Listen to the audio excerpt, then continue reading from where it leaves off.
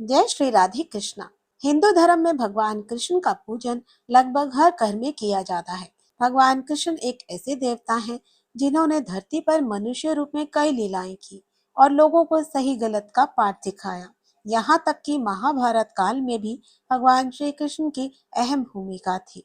महाभारत और भगवान श्री कृष्ण से जुड़े कई ऐसे किस्से और रहस्य हैं जिनके बारे में लोग जानना चाहते हैं, और इसमें सबसे महत्वपूर्ण है श्री कृष्ण और शिशुपाल का रिश्ता।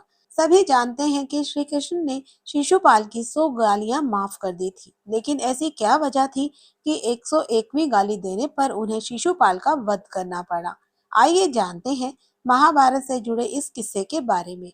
इससे पहले अगर आप चैनल में नए हैं तो चैनल को सब्सक्राइब कर ले, और अगर वीडियो पसंद आए तो कमेंट बॉक्स में जय श्री कृष्णा लिखना ना भूलें। शिशुपाल भगवान श्री कृष्ण की बुआ का बेटा था।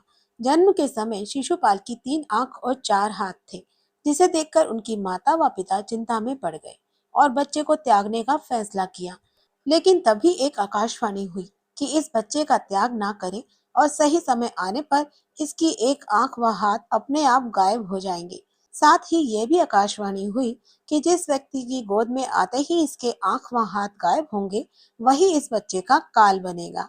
एक दिन श्री कृष्ण ने जैसे ही बच्चे को गोद में उठाया, उस बच्चे की एक आंख व हाथ गायब हो गए, जिसे देखकर श्री कृष्ण की बुआ एक ओर तो प्रसन्न हुई और दूसरी ओर चिंता में पड़ गई। जब श्री कृष्ण ने अपनी बुआ से परेशान होने की वजह पूछी, तो आकाशवाणी से जुड़ी सारी बातें उन्हें बताई। साथ ही कृष्ण से ये वचन भी लिया कि वह उनके बेटे की गलती पर उसे माफ कर दे।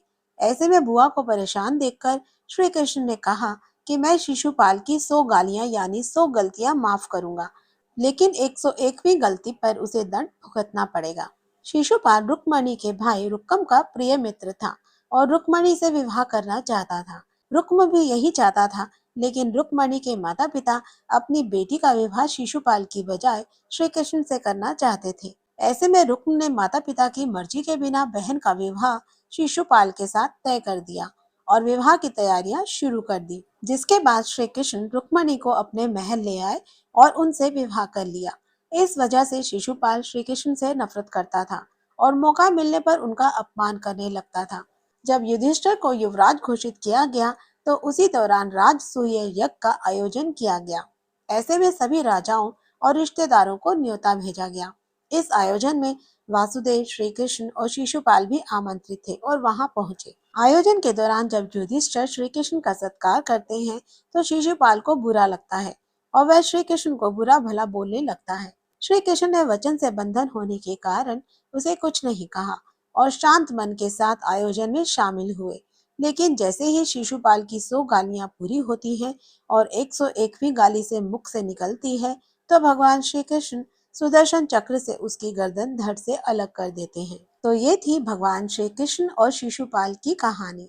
अगर आपको ये वीडियो पसंद आई हो तो चैनल को सब्सक्राइब करके बेल आइकन को ऑल पर क्लिक करें, ताकि आगे आने वाली ऐसी ही वीडियोस की नोटिफिकेशंस आपको मिल सके। तब तक के लिए राधे राधे।